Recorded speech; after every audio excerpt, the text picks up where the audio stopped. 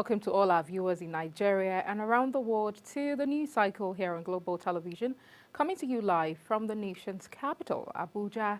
I am Queen Agaba.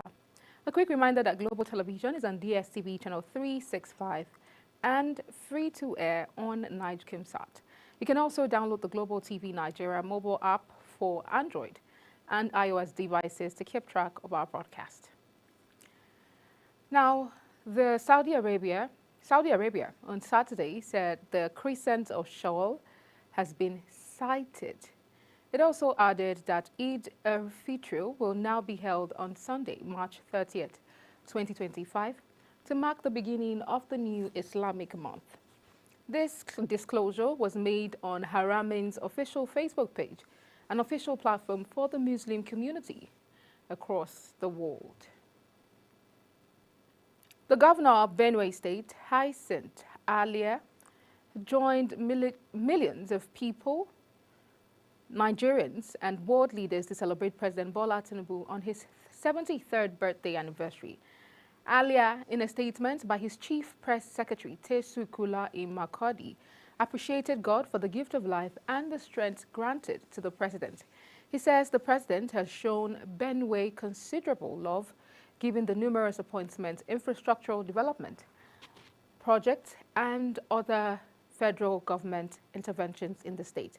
The governor appreciated the president for always putting Benue at the front burner of his renewed hope agenda. President Bola Ahmed Tinubu has joined fellow Muslims and the National Mosque at the National Mosque in Abuja for a special Ramadan Friday prayer session. This significant event coincides with the president's upcoming 73rd birthday, which falls on Saturday, and comes 2 months before his administration's second anniversary. Our correspondent, Godwin Sunday, joins us with the report. This collective prayer is seen as a powerful tool for guiding the nation towards progress and harmony.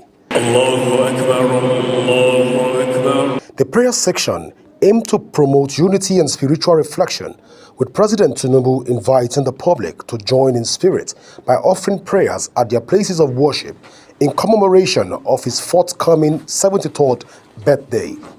Feel good, feel happy, and give thanks to Almighty Allah that has protected us so far and continue to answer our prayers, accept our ibadah. That is key and very important to all of us. A prayer for our country to stabilize, keep in peace, and safeguard our people, all the citizens. The National Imam seized the opportunity to offer special prayer session for the president and urge Muslims to be committed to national development, while urging citizens to pray for divine guidance, unity and healing of the land. Special prayer for this one also for your excellency. May Allah be with you. May Allah be with you. May Allah be with you. And He will triumph upon every evil, inshallah. We pray for you. Godwin Sunday, reporting for Global TV News. As Muslims in Nigeria and around the world prepare for Eid al-Fitr, Nigerians lament over the financial constraint caused by rising food and transportation costs. Our correspondent, Amarachi Ibe, reports from Owerri on how residents are coping with the situation. Well, we'll bring you that report subsequently. President Bola Tinubu has given presidential assent to the investment and security bills, thus providing a robust regulatory framework in Nigeria's capital market. According to a statement made available by the Securities and Exchange Commission, the new Investment and Securities Act 2024 repeals the Investment and Securities Act 2007 and introduces key reforms aimed at boosting investor confidence, strengthening market oversight, and aligning Nigeria's financial markets with global best practices. Commenting on this milestone, the Director General of the Securities and Exchange Commission, Dr. Emomotimi Agama, lauded the president's ascent as a transformative step for the capital market.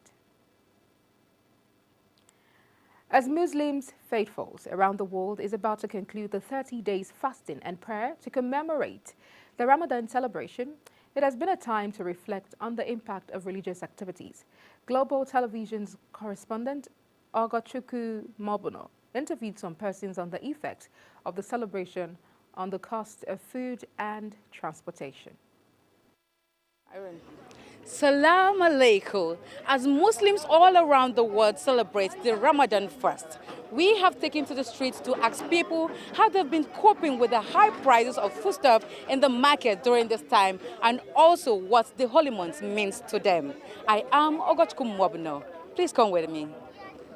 So Muslims shares their Ramadan experiences during the prayer and fasting season, from the meal they could afford for iftar and sahur to the various activities leading to the Ramadan period. Some traders expressed their displeasure on the high cost of food prices and how it has affected sales during the Ramadan fast. The people that come support, and you know, saying this Ramadan money, you know, the plenty like I said before. Now, manage the manager now. Because somebody doing business now. I think it has increased relatively because things I used to buy cheaper, like where I am right now, it's really different. Price has increased. While lamenting on the hike in transportation during Ramadan period, travelers have shown great concerns as some say they can't travel as usual during Eid. Where I go travel, the money for motor they cost. Where they go now, I'm burning Kebi, now 18,000 motor. I go see the money to go enter motor. Look now, I say tell the Baba look hyper big. The Kano State Police Command has dismissed as false the social media reports claiming an attack on an 18-seater passenger bus in Kano. This was contained in a statement issued by the command spokesperson SP Abdullahi Kiyawa in Kano. He says the report was entirely false and misleading.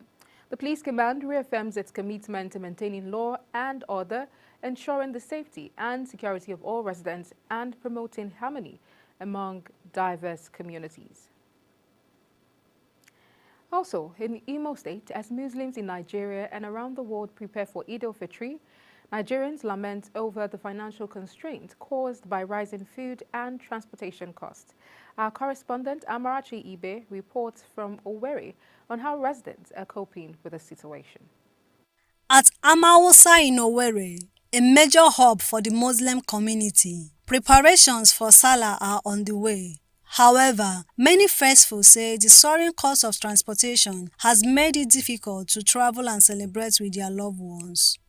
No, last year we bought rice almost close to 100.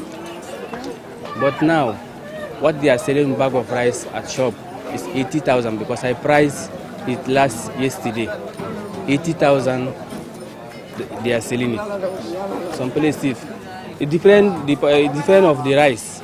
Market is moving small, so it's not like last year. Last year we have market more than that, and people is getting business more than this year. This year things is hard. We thank God we manage ourselves like that. For traders, the challenges goes beyond personal celebrations. Fabric dealers who source their goods from Kano State says the rising cost of transporting materials to Imo State has significantly affected their businesses, reducing their profit margins. Doing business very well, but the customers are crying, but because of transport, everything from at the buy market from Kano to here, we are paying for transport. It's one bear now, I'm going to like 20 before it's Imo State. So yes. The thing that will just the grades of Madam next year. Nigerians blame high fuel price for festive season while urging people to budget carefully and explore alternative options to manage expenses during the festive period. From Owerri, Amarachi Ibe reporting for Global TV News. The Commissioner of Police, Lagos State Command, Olohun Dare Jimoh, has ordered the immediate deployment of conventional police personnel, the elite strike forces, and tactical units of the Nigerian Police Force, Lagos State, saying that the move is to ensure a hitch-free Eid al-Fitr celebration. In a statement posted on his X handle, the police public relations officer, Police State Command, Chief Superintendent of Police Benjamin Hundeyin says the deployment will also target identified black spots and flashpoints to prevent crime and criminality, remove fear of crimes from the mind of all Lagosians and visitors alike during the Eid Fitr celebrations. Ghanaian President John Mahama has visited his Nigerian counterpart, President Bola Tinubu, at the State House in Abuja. The first visit since his inauguration on January 7th is to brief President Tinubu, who also doubles as the chairman of the ECOWAS Authority of Heads of State and Government, on his recent visit to Burkina Faso, Mali, and Niger. Godwin Sunday has details. While briefing journalists, the Ghanaian president, John Mahama, says he was in Nigeria to keep President Bola Tinubu updated on diplomatic efforts with the military junta leaders of Mali, Niger, and Burkina Faso aimed at addressing regional security and stability. Mahama acknowledged the complexities of the regional issue, but assured that with continued constructive dialogue, all pending issues between the Alliance of Sahel States and the Economic Community of West African States will be resolved. Twofold: to thank him for the honor done me during my inauguration, but also to brief him on a visit I made to the Sahelian countries, Burkina Faso, Mali, and Niger, and to bring him up to date with some of the issues that I discussed with him. As ECOWAS chairman, it's my duty to come and brief him on some of the concerns that were raised there, so that we continue to see how to dialogue with those other countries. Most definitely, sir, the region will be willing to have the three Sahelian countries back. Any good news from there? Well, it's a complicated situation, and it's not as easy as we might think, but we just need to continue to dialogue and see how we can continue to cooperate together. In his response, President Tinubu says his talks with the three Alliance of Sahel states were essential to safeguarding lives and fostering prosperity across the region. Indeed, very happy of the effort is made to have a bridge between the AES countries and the ECOWAS. It's not a bad idea for us because of the security situation in the Sahel region and what economic opportunity that we must embark to ensure security of life and properties of our citizens. The innocent people in this episode are the citizens of those countries. Not much about us, the leadership. The citizens must be the first, beneficiary and the first part of reasons together. Godwin Sunday, reporting for Global Television. The president of the Nigerian Bar Association, Afam Osigwe, has condemned the gruesome murder of traveling hunters who were mobbed to death in Uromi, a community in Esan, northeast local government area of Edo State. The victims who were mobbed were reportedly traveling from Port Harcourt when they were stopped at Uromi, accused of criminal activity and gruesomely murdered, allegedly by vigilante groups who raised the alarm upon finding the travelers in possession of guns. Their vehicle was also set on fire. The bar president, in a statement, also condemned vigilante justice, stressing that it is deeply disturbing for mobs to lynch suspected criminals rather than report to the police.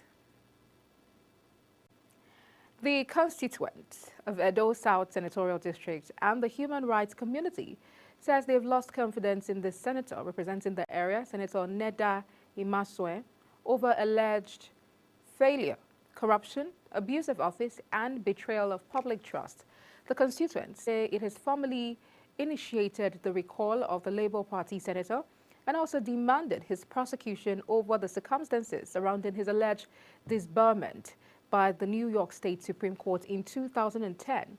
The group added that given the international nature of these allegations, Interpol's cooperation is necessary to ensure a thorough, independent, and global investigation.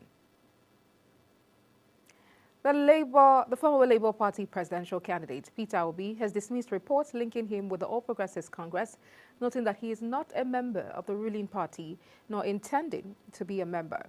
Reacting to a report circulating on social media where he alleged that his name was mentioned in an APC gathering, Obi advised that elections and primaries should not be reduced to toxic narratives or personal attacks, noting that political choices should be guided by credibility, vision, and the ability to deliver real change.